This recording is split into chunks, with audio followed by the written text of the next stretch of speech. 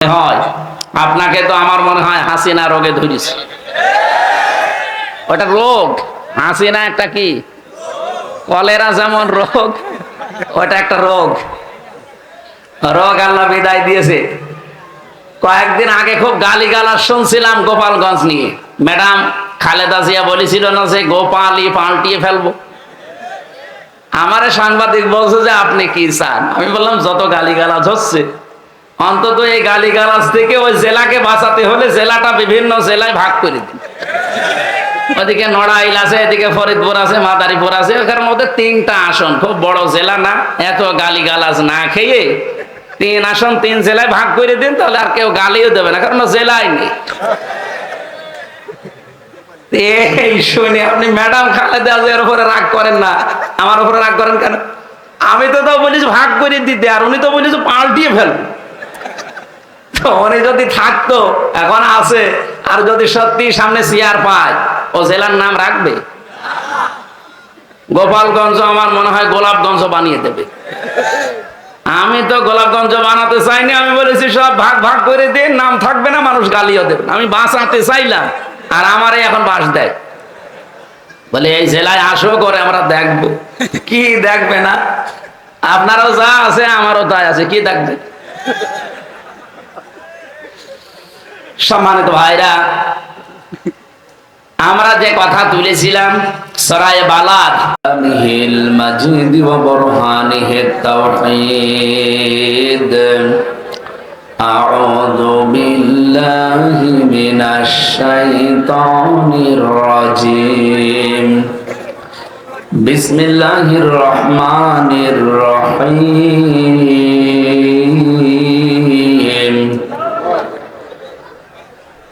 ফালাকতাহামাল আকাবাতা ওয়া মা আদরাকা মাল আকাবা, ফাক্কু রাকাবা আও ইতআমুন ফি ইয়াউমিন যী মাসগাবা, ইয়াতীমান যা মাকরাবা আও মিসকিনান যা মাতরাবা,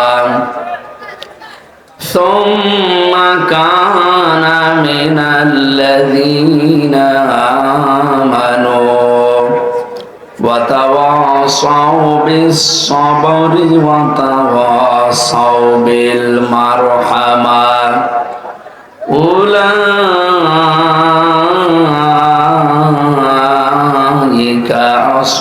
আসহাবুল মাইমানা। সাদাকতা ইয়া রাব্বানা।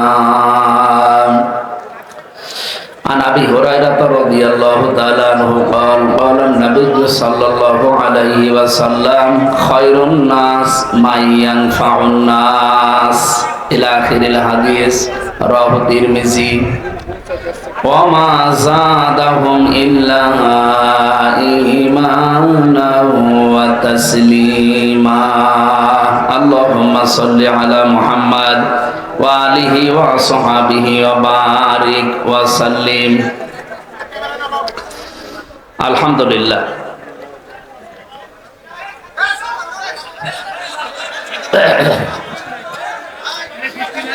গাজীপুর জেলার কালিয়াকৈর থানার অন্তর্গত উত্তর মৌচাক বায়তুন্নুর জামে মসজিদের উন্নয়ন কল্পে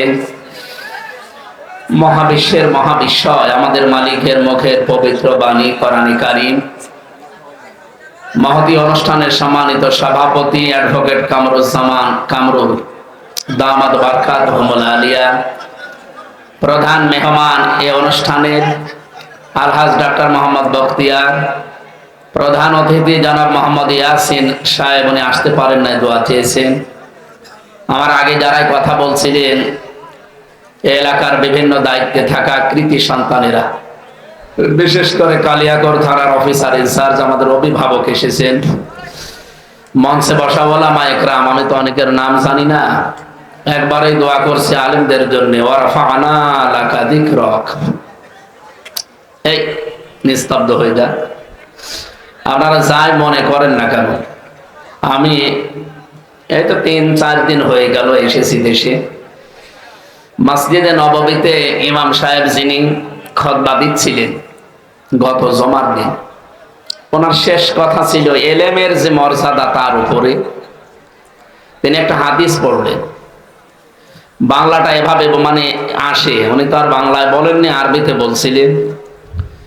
আমার আশপাশে অন্তত অনেকগুলো দেশের মানুষ দেখলাম তারা কাঁদতেছে। হাদিসটা ছিল এই যে কিয়ামতের ময়দানে আল্লাহ যখন বিচার শুরু করবে, আলেম যারা তাদের বিচার আল্লাহ জনসম্মুখে করবেন, এদেরকে আলাদাভাবে ডাক দিয়ে পর্দা দিয়ে ঢেকে নেবেন। জিজ্ঞাসা করবে, মনে করেন এই যে মৌলানা নাম কি আব্দুল কাজ্জম, ওনারে ডাক দিয়ে বলবে যে এই অপরাধগুলো করেছিলি, আল্লাহর সামনে সব জবাব দেওয়া লাগবে, হিসাব দেওয়া লাগবে এবং স্বীকার করা লাগবে। মাথা নিচু করে যখন সব স্বীকার করে নেবে, তখন সর্বশেষ আল্লাহ তাআলা তাকে ডাক দিয়ে বলবেন, যা গোপনে করে মাফ করে দিলাম, কাউকে কিছু বলবে না, জান্নাতে চলে যা। এটা শুধু নামের আগে আলেম আছে এই কারণে। এই জন্য আলেমদের সম্মান মর্যাদা কামনা করছি। ওয়ারাফা'না লাকা যিকরাক, দুনিয়া আখিরাতে এদের মর্যাদা আল্লাহ আরো বাড়িয়ে দেন। বিভিন্ন রাজনৈতিক দলের নেতা এবং কর্মী ভাইরা এসেছেন। সামনে মাহফিলের প্রধান আকর্ষণ যারা, আমিও এখন আস্তে আস্তে এই যে বাইরের খোলা ময়দানের অনুষ্ঠানগুলো কমিয়ে দিতে চাচ্ছি, কারণ এই সব জায়গায় কোরআনের এহানাত হয় বেশি। আমরা আরম্ভ করেছি কোরআন তেলাওয়াত করে, এরপরে যারা কথা বলছেন আপনি দেখতে পাচ্ছেন না, ঠিক আছে, শুনতে তো পাচ্ছেন। ওই যে এখন বৃষ্টি হচ্ছে, গাছে চলতেছে, যদি পড়ে যায় পা পিছলিয়ে, অন্তত ওর তুলনায় আপনি ভালো আছেন। এই জন্য দুনিয়ার হিসাবে সবসময় নিচের দিকে তাকাতে হয়, যে ও গাছে আছে, আমি অন্তত দাঁড়ানোর জায়গা তো পেয়েছি। এদের এই যে লক্ষ লক্ষ টাকার জিনিস, এই ক্যামেরা গুলো নষ্ট হয়ে যাবে, এই জন্য ছাতা দিচ্ছে। আপনারা ছাতা না দিলে যদি হয় তাহলে বন্ধ করে। এখন আপনারা একটা জিনিস রক্ষা করতে গিয়ে যে এত মানুষের জিনিস রক্ষা করবো কি করে? ডক্টর মিজানুর রহমান আজহারি ভাই এই যে ময়দানের আলোচনাগুলো ঘটিয়েছেন এই কারণে, কারণ উনি এই যে 11-12 বছর দেশের বাইরে লেখাপড়া সহ আরো জালেমদের কারণে ছিলেন, আপনারা জানেন। তো উনি এগুলো করতে চান না এই গ্যাঞ্জামের কারণে। আমার সাথে মাঝে মাঝে কথা হয় এই কথাগুলো নিয়ে, যে আপনি যেভাবে সারা দেশ দৌড়া, আমার দ্বারা সম্ভব হয় না শুধু এই মানুষের গ্যাঞ্জাম। এই জন্য উনি ইনডোর গুলো নেন, অডিটোরিয়ামের ভেতরে কোনো আওয়াজ নেই, আগে মোবাইল গুলো সব বলেন অফ করে ফেলেন, এ কথা বলে না।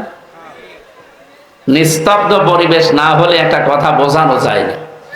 এটা যেহেতু একটা ক্লাস চলছে, আর এই ক্লাসে যারা ছাত্র বসে আছে, এই ছাত্র ছাত্রী তো আর সব এক মাপের না। আমরা 1 থেকে মাস্টার্স পর্যন্ত যারা ক্লাস করেছি, যে যে ক্লাসে পড়ি, প্রত্যেক ক্লাসে ওই মাপের ছাত্র আছে। এই জন্য বিশ্ববিদ্যালয়ে যারা ক্লাস নিত দেখতাম 82 জন আমরা ছেলে মেয়ে ছিলাম। স্যার লেকচার দিলে 45 মিনিট কখন যে চলে যায় আমরা টের পাইনি, কারণ সব এক মাপের। আর এখানে যারা বসে আছে কি সব এক মাপে?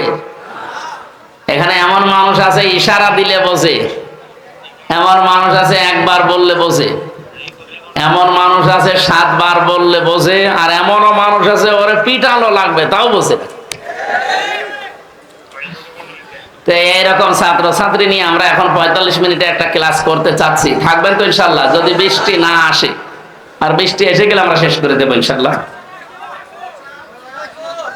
দল মত জাতি বর্ণ ধর্ম নির্বিশেষে আজকের এই অনুষ্ঠান, যেহেতু এই দেশে সবাই আমরা আছি। কয়েকদিন আগে সিঙ্গাপুরে ছিলাম, সেখানে 100 জনের মাত্র 5 জন মুসলমান আর 95 জন অমুসলিম। মালয়েশিয়াতে 100 জনের 61% মুসলমান, বাকিগুলো সব অমুসলিম।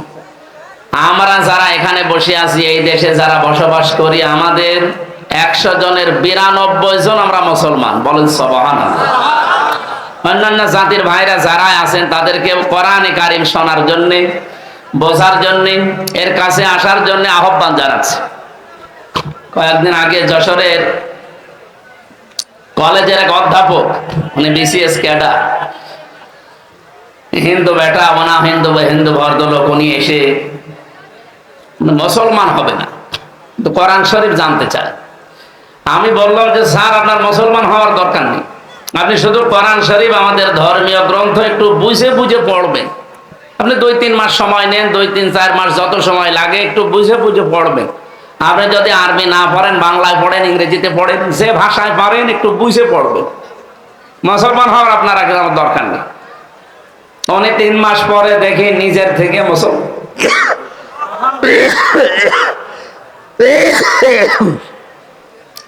মুসলমান হয়ে গেছে। কারণ এর ভেতরে এমন কিছু আল্লাহ দিয়েছে, যদি সত্যি মন দিয়ে কেউ এগিয়ে আসে আর একে বোঝার চেষ্টা করে, আল্লাহ তাকে অবশ্যই হেদায়েত দান। প্রশ্ন আসতে পারে, তাহলে গিরিশচন্দ্র সেন হেদায়েত পেল না কেন? ও তো কোরআন শরীফ আমাদের চাইতে পড়েছে বেশি, বুঝেছে বেশি, লিখেছেও বেশি। ও তাফসীর পর্যন্ত লিখেছে। নরসিংদী বাড়ি এই লোকটা, এই জেলার পাশে না নরসিংদী? কোরআন শরীফ এত পড়া পড়েছিল, এক একটা শব্দের ও কমপক্ষে 33টা করে অর্থ বের করেছে। আমি ওর তাফসীরটা পড়ে দেখেছি, এমন সুন্দর ভাবে লেখা, এক একটা শব্দের 33টা করে অর্থ সাজিয়েছে। এখানে যত বড় হুজুর হোক আর যত বড় আলেম হোক, আমি সহ কেউ গ্যারান্টি দিয়ে বলতে পারবে যে পড়া কোরআন শরীফের প্রত্যেকটি শব্দের অর্থ আমার একাধিক বার জানা আছে? পারবে না। না, আমি পড়াটা কয়েকবার শেষ করেছি, কিন্তু আমার মনে নেই। এখন আবার আমার স্টাডি করা লাগবে, দেখা লাগবে। অথচ একটা হিন্দু মানুষ কি পড়া পড়েছিল বলেন? তাহলে কোরআন শরীফ আমার চাইতে আপনার চাইতে লোকটা বেশি পড়েছে, বুঝেছেও বেশি, এবং কি লিখেছেও বেশি। তাফসীর লিখতে হলে কত লেখা লাগে এক একটা আয়াতের পক্ষে। এত কিছু করার পরেও লোকটা হেদায়েত পায়নি। মারা যাওয়ার পরে তার জানাজা হয়নি, তাকে আমাদের মতো দাফন কাফন দেয়নি, তারে আগুন দিয়ে পুড়িয়ে ফেলেছে। একটাই কারণ, তার সব ছিল, কোরআন থেকে হেদায়েত নেওয়ার মতো মন ছিল না। কথা বলেন? যশোরের অধ্যাপকের মন ছিল, উনি বুঝে পড়েছিলেন শুধু মন দিয়ে। 3 মাসে আল্লাহ তাকে হেদায়েত দিয়ে দিয়েছে। আর এই লোকটা সারা জীবন ব্যয় করলো এই গিরিশচন্দ্র সেন, ওর মন ছিল না, এজন্য আল্লাহ তাকে হেদায়েত দেয়নি। আপনারা এখানে যারা এসেছেন, শুধু একদিন তাফসীর মাহফিলের 1-2-3 আয়াতের কথা শুনে আপনি হেদায়েত পেয়ে যাবেন, বিষয়টা এমন না। আপনার মন থাকা লাগবে, যদি থাকে একদিন পড়াটা লাগবে না, 1 মিনিটের একটা কথায় আপনার মন পরিবর্তন হয়ে যেতে পারে। আল্লাহ যেন সেরকম কিছু আজকে আমাদের এই পরিবেশে দান করেন। সকলে বলেন আমিন। প্রশংসা বাণী আদায় করা দরকার আগে, এজন্য বলেন আলহামদুলিল্লাহ। যেহেতু পরিবেশ আমাদের অনুকূলে নেই, বৃষ্টি হচ্ছে অলরেডি, যে কোনো সময় ঝরে লেগে যেতে পারে, এই জন্য আমরা খুব তাড়াতাড়ি করছি। দরুদ আর সালাম পাঠ করার মাধ্যমে একটা তেলাওয়াতকৃত আয়াত আপনারা শুনলেন, সূরা বালাদ 11 নম্বর আয়াত থেকে আমরা পড়েছিলাম 16 নম্বর আয়াত পর্যন্ত। গুরুত্বপূর্ণ কিছু মেসেজ আল্লাহ এই আয়াতের ভেতরে আমাদেরকে দিতে চেয়েছে, একটু এদিকে খেয়াল করে থাকেন। সূরা বালাদ কি বললাম বলেন তো? বালাদ শব্দের শাব্দিক অর্থ কি? নগরী। বালাদ মানে কি? নগরী। সূরা কোরআন শরীফে আল্লাহ 114টা সূরা দিয়েছেন। 92টা সূরা আছে মক্কার, আর 22টা সূরা আছে মদিনার। আরো মতভেদ থাকতে পারে, তবে এইটা এখন প্রসিদ্ধ। মক্কা এবং মদিনায় যেগুলো নাজিল হয়েছে, এই হিসাবে নামকরণ করা হয় মাক্কি সূরা, মাদানী সূরা। আমার এখান থেকে প্রশ্ন, এদিকে তাকান। যতদিন পর্যন্ত মক্কাতে সূরা নাজিল হয়েছে, কোরআন নাজিল হয়েছে, কোন সূরায় আপনি পাবেন না ইয়া আইয়ুহাল্লাযীনা আমানু। আছে? এখানে যারা কোরআন পড়েন বসেন, আপনারা জবাব দেন তো। পড়া কোরআনে যত জায়গায় মাক্কি সূরা, কোন জায়গায় ইয়া আইয়ুহাল্লাযীনা আমানু আছে? হে ঈমানদারেরা নেই। হ্যাঁ আছে ইয়া আইয়ুহাল ইনসান বা ইয়া আইয়ুহান নাস, হে মানব মণ্ডলী। মদিনায় যে 22টা সূরা নাজিল হয়েছে, সেখানে দেখবেন ইমানদারকে আল্লাহ ডাক দেওয়ার সময় ইয়া আইয়ুহান নাস আর বলেননি, বলেছে ইয়া আইয়ুহাল্লাযীনা আমানু। আমি কথা যেহেতু অল্প সময় বলবো, গুরুত্বপূর্ণ কিছু পয়েন্ট আসবে, আপনারা মনে রাখবেন, আশা করছি সামনে কাজে লাগবে। মক্কায় বলেন তো নবীজি নিজে আছে, হযরতে আবু বকর সিদ্দিক রাদিয়াল্লাহু তাআলা আনহু আছে, হযরত ওমর আছে রিদওয়ানুল্লাহি তাআলা আলাইহিম আজমাইন, যারা সরাসরি জান্নাতের সার্টিফিকেট ধারী মানুষ। এই মানুষগুলোর ঈমান ছিল না? জবাব দেন, ছিল না? আল্লাহ কেন ইয়া আইয়ুহাল্লাযীনা আমানু বললেন না? কারণ যতদিন নবীজি 13 বছর নবুয়ত পাওয়ার পরে মক্কায় ছিলেন, ওই সময়ে রাষ্ট্রের দায়িত্ব ছিল আবু জেহেল। কে ছিল? আরো জোরে বলেন। এই লোকটা যতদিন দায়িত্বে আছে ততদিন আল্লাহর বিধান দিয়েই তো দেশ চালিয়েছে নাকি? নবীজি ওখান থেকে মদিনায় গেলেন, রাষ্ট্র গঠন করলেন, 10 বছর এই কোরআন দিয়ে মদিনা চালিয়েছিলেন, রাষ্ট্র চালিয়েছিলেন। আল্লাহ রাব্বুল আলামিন মদিনাতে যতদিন কোরআন নাযিল করেছেন, কোন জায়গায় 89 জায়গায় আপনি পুরা কোরআনে পাবেন, কোন জায়গায় আর ইয়া আইয়ুহান নাস বললেন না, বললেন ইয়া আইয়ুহাল্লাযীনা আমানু। ও হে যারা ঈমানের দাবি করো তাদেরকে বলছি। আমার এই ছোট্ট মাথার ভেতরে এই চিন্তা এসেছে, আমি মদিনার লাইব্রেরিতে ছিলাম, অনেকক্ষণ ছিলাম, অনেকগুলো বিষয় নিয়ে আলোচনা করতে। আমার এক বন্ধু থাকে ওখানে মদিনা বিশ্ববিদ্যালয়ে, তার সাথে বসে এই যে 4 দিনে 3 দিনই তার সাথে চেষ্টা করলাম, দেখি কিছু নেওয়া যায় কিনা। এই বিষয়টা আমার মাথার ভেতরে এসেছে, যতদিন পর্যন্ত নবীজি নিজে সাহাবায়ে কেরামকে নিয়ে মক্কায় ছিলেন, ইয়া আইয়ুহাল্লাযীনা আমানু এ ডাক শুনতে পারেননি। মদিনায় গিয়ে শুনেছিলেন একটাই মাত্র কারণ সেখানে রাষ্ট্রীয়ভাবে ইসলাম কায়েম হয়েছে, কোরআনের বিধান চলছে। বাংলাদেশে 54 বছর স্বাধীন হয়েছে, আপনি কোন দিকে মন না দিয়ে এখান থেকে কিছু নেওয়ার চেষ্টা করেন। এই 54 বছরে আজ পর্যন্ত কোরআনের 500 আয়াত আছে শরীয়তের বিধান, একটাও চলেছে? চলছে। এই দেশে যদি আপনি যতই দরবেশ দাবি করেন, এখনো পূর্ণাঙ্গ ঈমানদার আল্লাহর কাছে আপনি বিবেচিত হতে পারেন। আপনি পূর্ণাঙ্গ ঈমানদার হতে পারবেন যখন আপনার ব্যক্তিগত জীবন থেকে আন্তর্জাতিক জীবন পর্যন্ত কোরআন দিয়ে চলবে। আর এটা চালাবে ফেরেশতারা? হ্যাঁ, এই কথাটা এখন বলতে গেলে কিছু মানুষের রাগ হয়। এই 15.5 বছরে মসজিদের মেহরাব থেকে যখন কথা বলতাম জুলুমের বিরুদ্ধে, কিছু মানুষ বলতো একেবারে সাহসী হুজুর। এমনকি বিভিন্ন প্রশাসনের মানুষদের কাছ থেকেও প্রশংসা আসতো যে বিশাল সাহস, আর কোনো ভয় নেই। অথচ সেই মেহরাবই আছে, সেই হুজুরই আছে, শুধু সময় পাল্টিয়েছে। সেই কথাগুলো এখন জুলুমের বিরুদ্ধে, মানুষের অধিকারের পক্ষে, ন্যায়ের পক্ষে কথা বলতে গেলে কিছু মানুষ এখন দেখছে, বলছে যে মসজিদ কি রাজনীতি করার জায়গা? তা আপনি 15 বছর বললেন না কেন? মসজিদে মেহরাব নামে যে জায়গাটা আছে, যেখানে ইমাম সাহেব দাঁড়িয়ে খুতবা দেয়, মেহরাব মানে কি?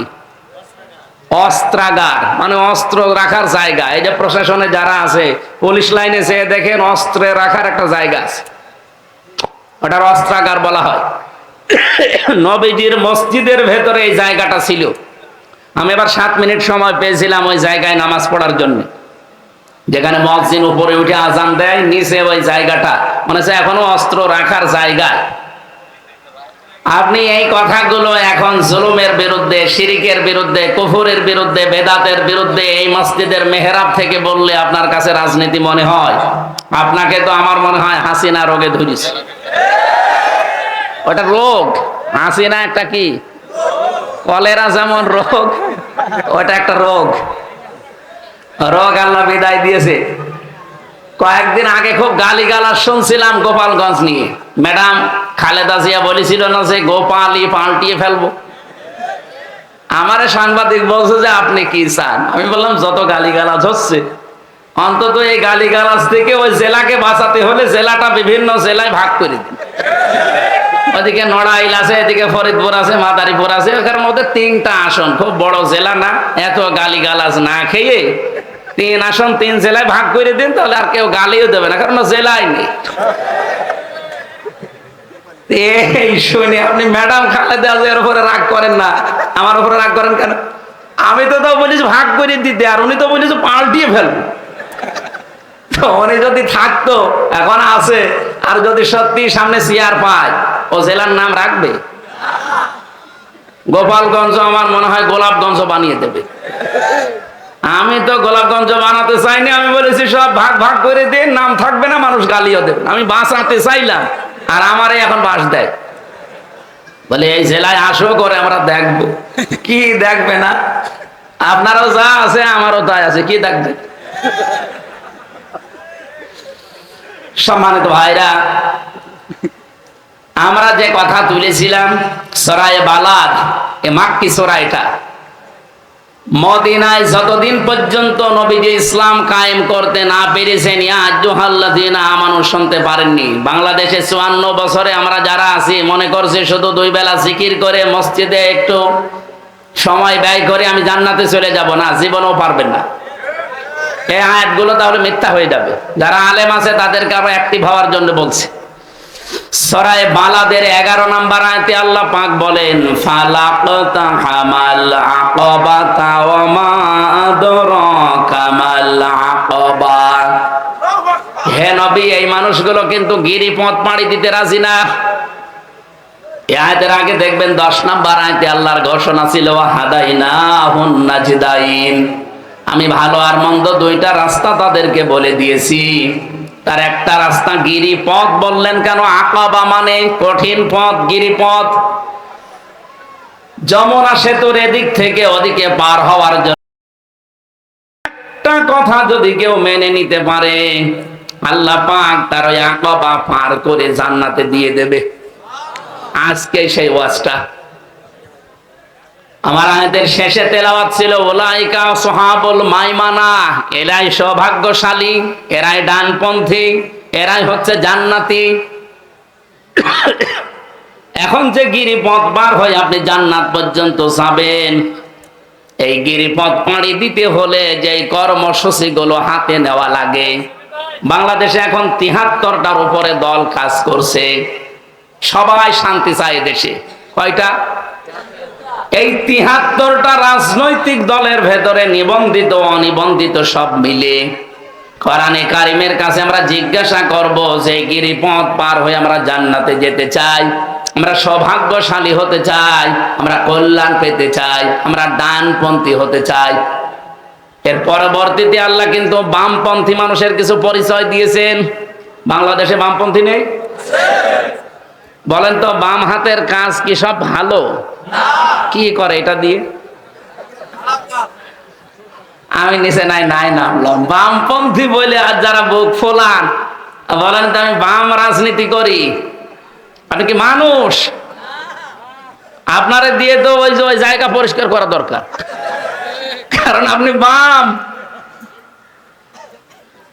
কোরআনে যেখানে দেশে আজ যারাই করছে, দেখেন কারো বিরুদ্ধে কথা বলতে গেলে সঠিক তথ্য নিয়ে আসে না, আন্দাজে বলে।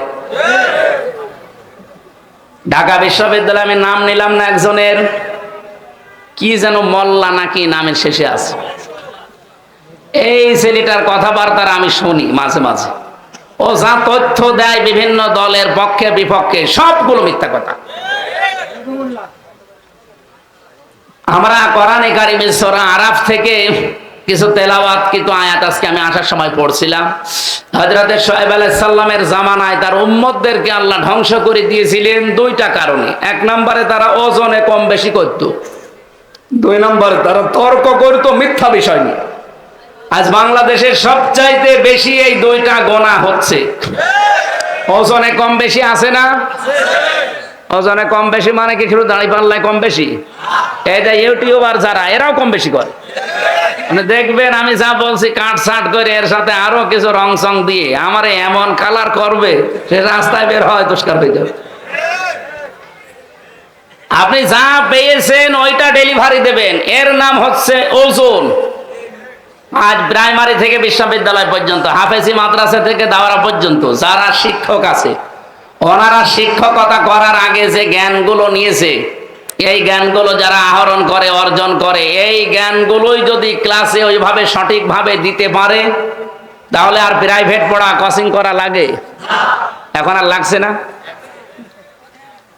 আল্লাহ তাআলা এই দিকে ইঙ্গিত দিয়েছে যে যেটা পেয়েছো ওইটা ওইভাবে যে নিতে চায় তাকে অর্পণ করো। ওয়াইলুল লিল মুতাফফিফিন আল্লাযীনা ইযা তালু আলান নাসি ইস্তাওফুন। ওই মানুষগুলোর জন্য আক্ষেপ, আফসোস, ধ্বংস হয়ে যা করা, যারা নেওয়ার সময় বেশি নেয়, দেওয়ার সময়। আর শিক্ষকদের দিকে আমি তাকিয়ে বলছি, এটা রেকর্ড হচ্ছে, যে যেখানে শিক্ষকতা করছেন, কেন প্রাইভেট পড়া লাগবে, কোচিং করা লাগবে আপনি থাকতে? আপনি তো নেওয়ার সময় ঠিক মতোই নিয়েছেন, দেওয়ার সময় ওইটা ঠিক মতো দিলে তো আমার ছেলে মেয়েদের প্রাইভেট পড়ানো লাগে, কোচিং করানো লাগে। আপনি তো শিক্ষক এমনি হননি, অবশ্যই এরকম জ্ঞান অর্জন করে শিক্ষক হয়েছেন। এই জন্য আশা করবো যারা শিক্ষক মন্ডলী আছেন, আমাদের মাথার তাজ, আপনারা যেন ধরা না খান, এই জন্য বললাম। কারণ বহু মানুষ ধরা খাবে। বহু আলেম আমরা যারা স্টেজে এখন কথা বলছি, এই যে আমরা এখন অবিখায় আছি। অবিখা মানে কি? ওয়াজের বিনিময়ে খাদ্য। সরকারের একটা বাজেট আছে না মাঝে মাঝে, কি যেন কাবিখা, কাজের বিনিময়ে খাদ্য। আর আমরা এই দুই হুজুর যা করছি, এটা কিসে? অবিখা, ওয়াজের বিনিময়ে খাদ্য। ওয়াজ না করলে আপনারা আমরা খেতে দিতেন, গাড়ি ভাড়া দিতেন। তাই অবিখা করে যারা এদেশে আমরা আজ খাচ্ছি দায়ী আল্লাহর নাম নিয়ে, তাদেরকেও বলছি আমরাও কিন্তু ওজনে কম বেশি করছি। মসজিদের মেহরাব থেকে শুরু করি, যত জায়গায় যত ভাবে আমরা কথা বলি, সে রাজনৈতিক ময়দানে হোক আর ধর্মীয় ময়দানে হোক, আজ আমরা অধিকাংশ মানুষ ওজনে কম বেশিতে ব্যস্ত। কিভাবে? আমি কাবা শরীফে জমার নামাজ পড়েছি একটা, মসজিদে নববীতে পড়েছি একটা। ওনারা 35 মিনিট করে বয়ান করলেন আরবিতে, কথাগুলো আমি বুঝেছি, কিন্তু সঠিক যেভাবে তুলে ধরা দরকার, তাকওয়ার উপরে একজন, এলেমের উপরে একজন তুলে ধরতে পারে না। কারণ ওই দেশে রাজতন্ত্র চলছে। সঠিকভাবে ওই কথাগুলো যদি কোরআন হাদিস দিয়ে যেভাবে বলা দরকার তুলে ধরে, দেখবেন তার পরের দিন ডক্টর সালের মতো উনি গুম হয়ে যাবেন। এই 15 বছর যেটা আমাদের দেশে ছিল, আমরা এই ময়দানে বসে কথা বলতাম, কিন্তু এখান থেকে নাক বরাবর না গিয়ে ঘুরিয়ে যেতাম। কথা বুঝতেছেন? আমরা আগামীতে আর কোরআন হাদিসের কথা বলতে গিয়ে আর ঘোরাঘুরি করতে চাই? এই ঘোরাঘুরি করার জন্য অনেকে এখন চেষ্টায় আছে। যারা যেভাবে কথা বলছেন, এই কথাগুলো আপনাদের না, এই কথাগুলো আপনাদের বিভিন্ন প্রতিবেশীরা শিখিয়ে দিচ্ছে, এটা আমরা অলরেডি জানি। যারা এই কথা এই দেশে বলতে পারে, মুসলমানের 92% মুসলমানের দেশে, যে চরমপন্থা আর মৌলবাদ এই দেশে যেন অভয়ারণ্য তৈরি করতে না পারে, এই কথাটা জীবনেও তার না। এই কথাটা অবশ্যই দাদাদের শিখিয়ে দেওয়া কথা। কারণ আমরা তো তার বাবার জীবনী পড়েছি। তার বাবা সারা জীবন ছিল সাম্রাজ্যবাদী, এই ভারতের আগ্রাসন বিরোধী। আপনি শহীদ জিয়াউর রহমানের পুরা জীবনী পড়ে দেখেন, সারা জীবন তিনি ভারত বিরোধী ছিল। ভারত তার ভয়ে কেঁপেছে, অথচ তাদের আদর্শ নিয়ে আজ যারা রাজনীতি করছে, তাদের মুখে আলেমদের বিপক্ষে এই কথাগুলো এখন বের হচ্ছে। এজন্য আমরা জানি এই কথাগুলো আসলে তাদের না, তারা উন্মাদ হয়ে গেছে, পাগল হয়ে গেছে। এই পাগলামি বন্ধ করা দরকার, নয়তো পরিণতি শেষে দেখা যায় যে হাসিনার মতো হয়ে যাবে। আপনারা মাজলুম, আমরাও মাজলুম, আপনাদেরকে আমরা ভালোবাসি, সতর্ক করলাম, এরপরে আপনার মনে যা লাগে তাই করেন। যারা বলে এক জিয়া লোকান্তরে লক্ষ জিয়া ঘরে ঘরে, এই কথাটা তাদের মুখে মানায় না।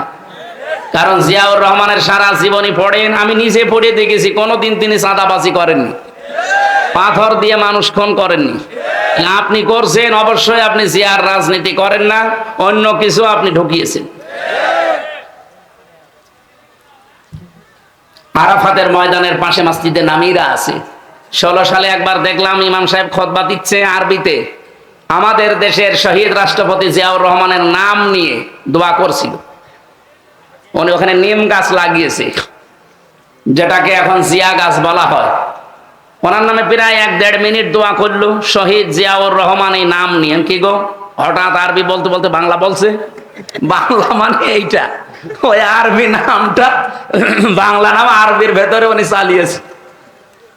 পরবর্তীতে দোয়া খেয়াল করে দেখি ওনার জন্য মাফ চায়, ওনার সম্মান বৃদ্ধি করার জন্য আল্লাহর কাছে বলছে আরাফাতের ময়দানে খুতবায়, হজের খুতবায়। কারণ কি? আরাফাতে লক্ষ লক্ষ মানুষের মাথার উপরে এই যে ছায়া দেওয়ার জন্য বাংলাদেশ থেকে প্লেনে করে মাটি আর নিম গাছ নিয়ে লাগিয়েছে। এই জন্য জিয়া ট্রি বলা হয়। তারা মানুষের মাথার উপরে এই মরুভূমিতে যত রকমের উত্তাপ আছে, তাপ বন্ধ করার জন্য ছায়ার ব্যবস্থা করেছে, তাদের জন্য দোয়া হয়। আর আপনি তার নাম নিয়ে রাজনীতি করে, তার আদর্শের সৈনিক দাবি করে মানুষের মাথার ছায়া আরো কেড়ে নিচ্ছেন। ভোলার একটা ঘটনা আজকে পড়ে আমি অলরেডি কেঁদে ফেলেছি। একজনের কাছে চাঁদা চেয়েছে, দিতে চাইনি, শেষে তাকে ধরে বেঁধে রেখে ৮-৯ জন মিলে তার স্ত্রীকে অলরেডি ধর্ষণ করেছে। একটা কথা হলো, এখন তো বিভিন্ন মানুষ এতে ভ্যান আলা, আজকে রিক্সা, আমি সকালে একটা অনুষ্ঠানে ছিলাম, এক রিক্সা চালক বলছে যে আগেই ছাতা ভালো ছিলাম। আমার একটা গল্প মনে পড়ছে। কাফন চুরি করতো একটা লোক, কবরে মাটি দিলেই সকালবেলা আর কাফন পাওয়া যায় না, উলঙ্গ করে কাফন নিয়ে চলে আসে, বিক্রি করে দেয়। সারা এলাকায় এত বদনাম এই লোকটার, জন্য নামই পড়ে গেছে কাফন চোর। চিন্তা করছে আমি মরে গেলে তো আমার যে গালি গালাজ দেবে, এটা তো বন্ধ করা দরকার। ওর ছেলেকে বলছে, দেখো আমি যখন মারা যাব আমার এই নামটা যেন অন্তত কেউ উল্টা পাল্টা না ডাকে, এমন কাজ করবা যেন আমার নাম অন্তত মানুষ ভালো বলে। চিন্তা করছে আমার বাবার নাম ভালো বলবে, বাবার মতো কাজ তো আমি করিনি। ওর বাবা তো কাফন চুরি করতো, লাশ ফেলে রাখতো, আর ও এখন শুধু কাফন চুরি করে না, কাফন চুরি করে আর লাশ গাছের সাথে টাঙিয়ে ভেতরে বাঁশ দেয়। এই দৃশ্য দেখে এলাকার মানুষ বলছে যে কি এদের বাবাই ভালো ছিল, অন্তত বাবা শুধু কাফন চুরি করে নিয়ে আসতো, লাশ তো কবরে থাকতো। আর এ কি আরম্ভ করেছে, শুধু কাফন চুরি করে না, লাশ ঝুলিয়ে রাখে গাছের সাথে, আবার পেছনে বাঁশ দিয়ে রাখে। এর বাবাই ভালো ছিল। আমার তো মনে আছে 15.5 বছর যে জুলুম অত্যাচার নির্যাতন হয়েছে, 1 বছরে অনেকে তা ছাড়িয়ে চলে গেছে। এই জন্য ভ্যান চালক এখন বলছে যে ছাতা আগেই ভালো ছিল। এ কথা যেন আর সামনে না বলতে পারে, এ বিষয়ে সতর্ক হওয়া দরকার না? বৃষ্টি খুব জোরে চলে আসলো নাকি?